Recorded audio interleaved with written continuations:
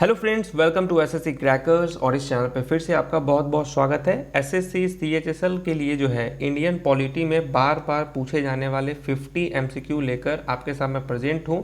ठीक है, ये आपका क्लास 4 है। 3 पार्ट हो चुके हैं। हिस्ट्री, ज्योग्राफी सभी का प्लेलिस्ट भी बन चुका है, उसको देखना ना भूलें। पॉलिटी का भी प्लेलिस्ट जो है मैंने बना दिया है। सारे इंपॉर्टेंट क्वेश्चंस को आप रिवीजन जो है करते रहिएगा। ठीक है, चलिए स्टार्ट करते हैं हम लोग अपने फर्स्ट क्वेश्चन के साथ। आज का हमारा पहला क्वेश्चन क्या है? पहला क्वेश्चन दिया हुआ है आपका, the definition of money bill is given in which article of the Indian constitution. तो डिफिनीशन जो है मनी बिल के बारे में ये किस आर्टिकल में दिया गया है? अगर हम बात करें इंडियन कॉन्स्टिट्यूशन के, राइट आंसर आपका क्या हो जाएगा? देखिए, राइट आंसर आपका होने वाला है आर्टिकल 110। एक क्वेश्चन के लिए मैं आपको सिर्फ 5 सेकंड का ही टाइम देने वाला हूं। 5 सेकंड के अंदर में आपका आंसर आ जाना चाहिए। और जितने भी क्वेश्चंस आप देख रहे हैं ये सारे क्वेश्चंस 2017 के बाद जो एसएससी का एग्जाम हुआ है उससे लिए गए क्वेश्चन है। तो देखिए यहाँ पर क्या है, आपको मनी बिल का डिफिनेशन किस में है, किस आर्टिकल में? 110 आपका हो जाएगा। नेक्स्ट है कि अगर हम बात करें on the ground of war और एक्सटर्नल एग्रेशन क्या, ठीक है, या आर्म्ड रिबेलियन के, उस केस में जो है कौन सा इमरजेंसी है देश में लगाया जाता है। ये क्वेश्चन भी बहुत बार पूछा जाता है आपसे कि which kind of emergency can be proclaimed on the ground of war और एक्सटर्नल एग्रेशन और आर्म्ड रिबेलियन। आपका करेक्ट आंसर हो जाएगा नेशनल इमरजेंसी, जो आपका आर्टिकल 352 में दिया हुआ है। ठीक है, क्वेश्चन नंबर 3 है आपके स्क्रीन पर कि which among the following the unitary feature of Indian constitution. Indian feature क्या है उसका? Unitary feature of Indian constitution है। यहाँ पर आप देखिए 3 ऑप्शन दिए हुए हैं आपके, क्या कौन कौन सा ऑप्शन करेक्ट है आपका? तो देखिए, पहला तो आपका आंसर एकदम करेक्ट है। सिंगल कॉन्स्टिट्यूशन होता है फॉर स्टेट्स और सेंटर के लिए। सिंगल सिटीजनशिप होता है आपका। इंटीग्रेटेड जुडिशियरी होता है, यानी कि ऑल 1, 2 एंड 3 जो है आपका करेक्ट होने वाला है। क्वेश्चन नंबर 4 है आपका आर्टिकल 360। ठीक है, आर्टिकल 360 ये किससे रिलेटेड होता है आपका? फाइनेंशियल इमरजेंसी से होता है। क्वेश्चन आपसे ये पूछा गया है कि आर्टिकल 360 का यूज कर जो है किसको ये पावर होता है कि वो कर सके, आपको एम्पावर कर सके फाइनेंशियल इमरजेंसी को। क्या हो जाएगा आपका right answer?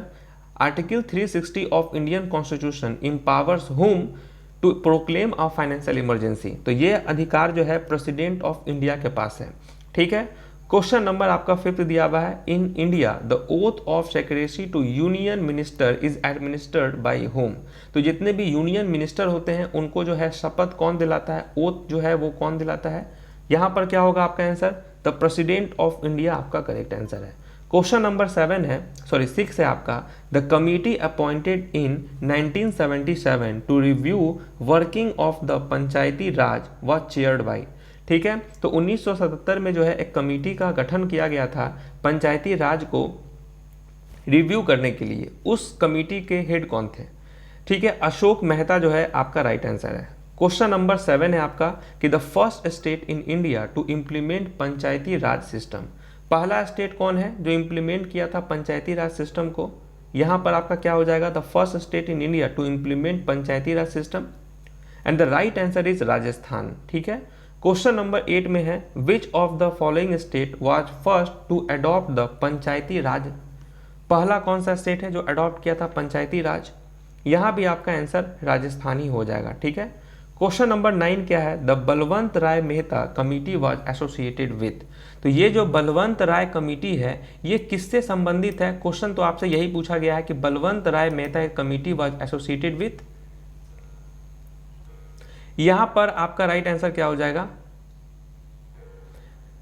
The right answer is for this question is आपका हो जाएगा पंचायती राज। ठीक है, पंचायती राज जो है आपका राइट आंसर है। ठीक है, नेक्स्ट क्वेश्चन की तरफ हम चलते हैं। Question number 10, when was the Panchayati Raj system introduced in India. तो पंचायती राज पहली बार कब इंट्रोड्यूस किया गया था? यहां पर आपका राइट आंसर क्या हो जाएगा? When was the Panchayati Raj introduced in India, and what is the right answer? 2 अक्टूबर 1959 आपका यहां पर करेक्ट आंसर हो जाएगा। ठीक है, नेक्स्ट क्वेश्चन है question number 11, the 3 tier Panchayati Raj system in India was proposed by the. ठीक है, 3 चरण में जो पंचायती राज सिस्टम है इसको प्रपोज कौन किए थे? फर्स्ट टाइम कौन किए थे? ये क्वेश्चन आपसे पूछा गया है। The 3 tier Panchayati Raj system in India was proposed by the ये प्रपोज किए थे बलवंत राय मेहता कमेटी ने। बलवंत राय मेहता कमेटी जो है आपका करेक्ट आंसर है। क्वेश्चन नंबर 12 है आपका, Panchayati Raj system is based on the principle of. तो पंचायती राज जो है ये बेस्ड है किस प्रिंसिपल पे? यहाँ आपका करेक्ट आंसर क्या हो जाएगा? Panchayati Raj system is based on the principle of, and what is the right answer? The right answer is decentralization जो है आपका करेक्ट आंसर हो जाएगा। ठीक है, डिसेंट्रलाइजेशन। नेक्स्ट क्वेश्चन है question number 13, the first women film star nominated to the Rajya Sabha was. पहली वो महिला फिल्म स्टार के बारे में आपको बताना है जो नॉमिनेट किया गया था प्रेसिडेंट के द्वारा। आपको पता है कि नॉमिनेट करते हैं राज्यसभा में 12 टोटल मेंबर को प्रेसिडेंट करते हैं। तो पहली ऐसी वो कौन महिला फिल्म स्टार थी जिनको नॉमिनेट किया गया था? And the right answer is Nargis Datta. ठीक है, नरगिस दत्ता, संजय दत्त की माँ Nargis Datta was the first women film star nominated और इलेक्टेड टू द राज्यसभा। ठीक है, ये 1970 से पहले की बात है। ठीक है, नेक्स्ट क्वेश्चन है आपका,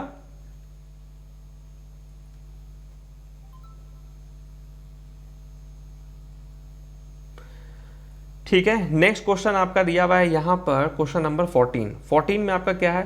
who is authorise to transfer the जज of one high court to another high court. ठीक है, आपको पता है कि जजेस लोगों का ट्रांसफर होता है, तो ये अधिकार किसको है? कौन जो है एक जज को दूसरे जगह पे ट्रांसफर किया जा सकता है? यहां पर आपका राइट आंसर क्या हो जाएगा?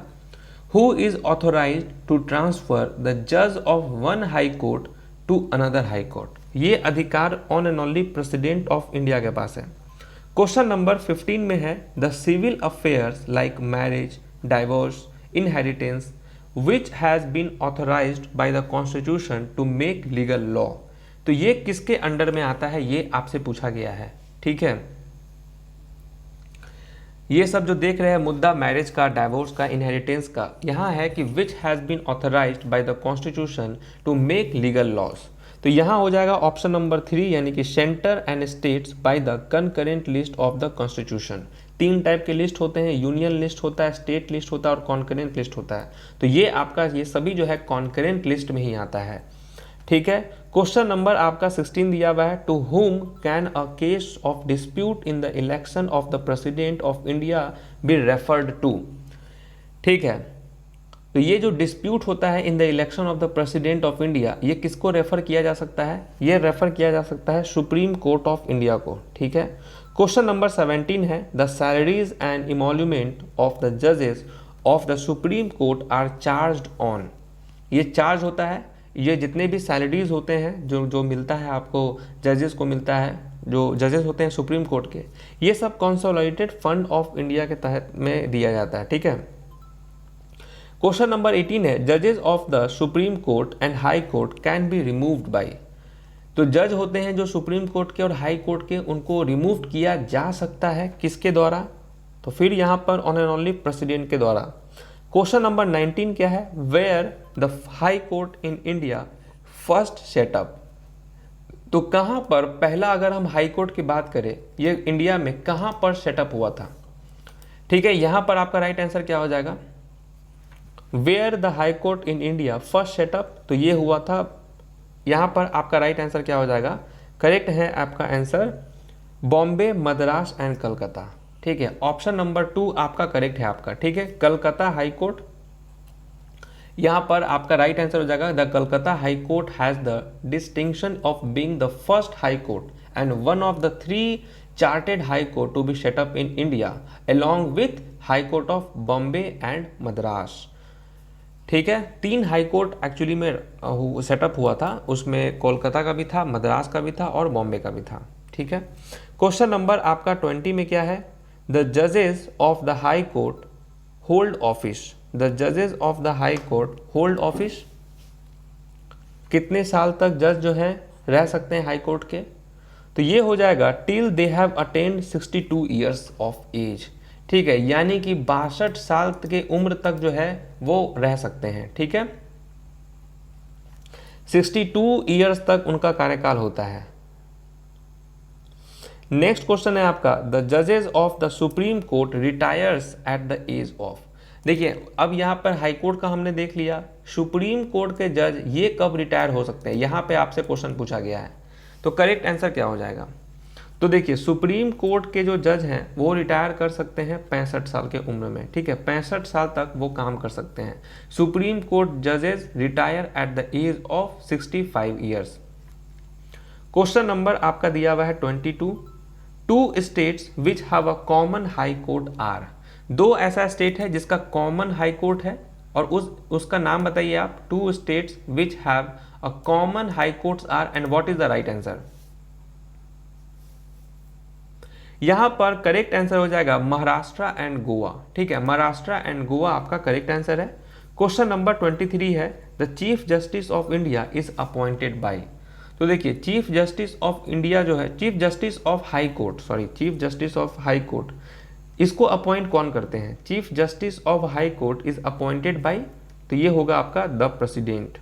क्वेश्चन नंबर 24 है द फर्स्ट वुमेन जज to be appointed to supreme court was. पहली महिला कौन है जिनको अपॉइंट किया गया था जज हाई कोर्ट का? And the right answer is M Fatima Beevi जो है आपका करेक्ट आंसर है। नेक्स्ट है who was the first women chief justice of a high court of a state in India. यहां पे क्या हो जाएगा आपका?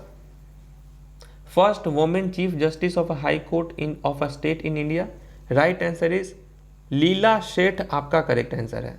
क्वेश्चन नंबर 26 है the pension of a high court जज इज चार्ज ऑन द। तो हाई कोर्ट के जितने भी जज होते हैं उनको पेंशन तो मिलता है ना, ये सब पेंशन कहाँ से दिया जाता है? ये सब पेंशन दिया जाता है consolidated fund of the state से, ठीक है। क्वेश्चन नंबर 27 है the high court which has the distinction of having the first women chief justice is. तो हिमाचल प्रदेश हाई कोर्ट का आपका करेक्ट आंसर हो जाएगा, ठीक है। क्वेश्चन नंबर 28 में है the supreme court of India was setup. Supreme court का नाम तो आप लोग जानते ही हैं, तो ये कब सेटअप हुआ था आपका? यहाँ पर करेक्ट आंसर क्या हो जाएगा? तो supreme court of India was setup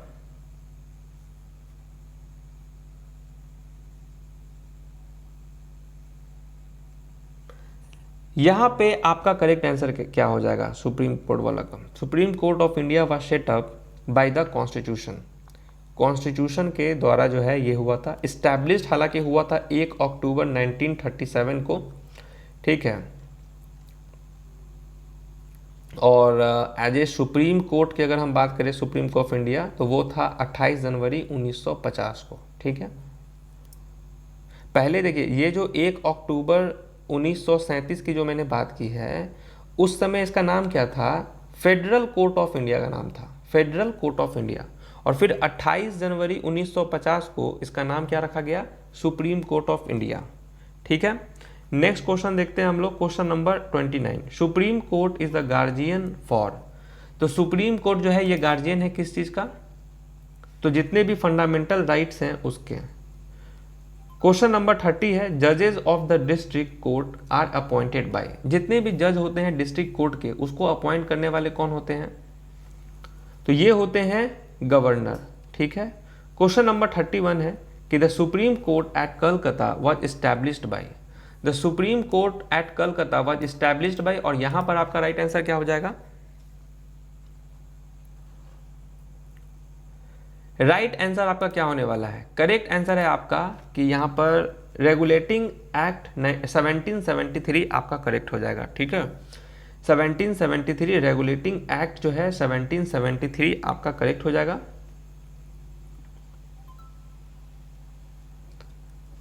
next question है in case of disagreement between the two houses of parliament over a non money bill. यहां पर आपका करेक्ट आंसर क्या होने वाला है कि in case of a disagreement, अगर डिसएग्रीमेंट हो जाता है to houses of parliament over a non money bill, तो यहां पर क्या हो जाएगा? यहां पर आपका होगा द प्रेसिडेंट में call a joint sitting of both the houses to consider it, ठीक है। क्वेश्चन नंबर 33 है right to vote is mentioned in the part of the constitution relating to. Relating to election हो जाएगा, ठीक है। Question number 34 है कि when was the public service commission the original version of the UPSC set up, ये कब setup हुआ था? यहाँ पर आपका राइट आंसर क्या होने वाला है? ये हुआ था 1 अक्टूबर 1926 को हुआ था, ठीक है। 1 अक्टूबर 1926 को इस्टेब्लिश हुआ था पब्लिक सर्विस कमीशन, जिसका नाम बाद में क्या रखा गया? Union public service commission. After independence नाम चेंज हुआ था। क्वेश्चन नंबर 35 है, the controller and auditor general of India acts as the chief accountant and auditor for the, ठीक है। तो ये जो है ये एक्ट करते हैं chief accountant and auditor for the union and states government का, ठीक है। क्वेश्चन नंबर 36 है, who is the chief law officer of the government of India? Chief law officer of the government of India क्या हो जाएगा? Attorney general of India. Next है, planning commission of India was established in the year. तो planning commission of India जो है ये किस वर्ष एस्टैब्लिश्ड हुआ था? ये क्वेश्चन आपसे पूछा गया है। ये हुआ था 15 मार्च 1950 को हुआ था, ठीक है। 15 मार्च 1950 को हुआ था और इसका हेड क्वार्टर कहाँ है? न्यू दिल्ली है, ठीक है। नेक्स्ट क्वेश्चन है आपका question number 38, the national development council includes. तो national development council includes chief minister of all states. Question number 39 है, the first election commissioner of India was. तो फर्स्ट इलेक्शन कमिश्नर कौन थे? ये थे सुकुमार सेन। क्वेश्चन नंबर 40 है, when was the first general election to the Lok Sabha held. तो अगर हम बात करें पहला जनरल इलेक्शन का लोकसभा का, तो ये कब आयोजित हुआ था? यहां पर आपका राइट आंसर क्या हो जाएगा? करेक्ट आंसर हो जाएगा आपका 1951 से 1952 आपका करेक्ट आंसर है। क्वेश्चन नंबर 41 है, who is the chairman of the planning commission. Planning commission के चेयरमैन कौन है? तो प्राइम मिनिस्टर ऑफ इंडिया है। नेक्स्ट है आपका, who acts as the chairman of the state planning board. तो चेयरमैन कौन होते हैं स्टेट प्लानिंग बोर्ड के? तो ये कौन होते हैं? ये होते हैं चीफ मिनिस्टर। नेक्स्ट क्वेश्चन है, finance commission is appointed by the president of India after every यहां पर आपका राइट आंसर क्या हो जाएगा? Finance commission is appointed by the president after every 5 years आपका करेक्ट आंसर हो जाएगा। हर 5 साल के बाद प्राइम मिनिस्टर ही आपको अपॉइंट करते हैं फाइनेंस कमीशन के लिए। और इस वक्त में इसके कौन है कमीशन एग्जीक्यूटिव? तो NK सिंह है, ठीक है। और फाइनेंस कमीशन फॉर्म कब हुआ था? तो 22 नवंबर 1951 को हुआ था, ठीक है। नेक्स्ट क्वेश्चन है कि the member and chairman of the UPSC यानी union public service commission are appointed by. तो इसको अपॉइंट कौन करते हैं? तो प्रेसिडेंट ऑफ इंडिया करते हैं। क्वेश्चन नंबर 45 है कि which among the following acts suggested for the post called controller and auditor general. तो वो कौन सा एक्ट है? किस एक्ट के तहत में जो है यहाँ पर जो है कंट्रोलर एंड ऑडिटर जनरल की नियुक्ति होती है? यहाँ पर आपका क्या हो जाएगा राइट आंसर?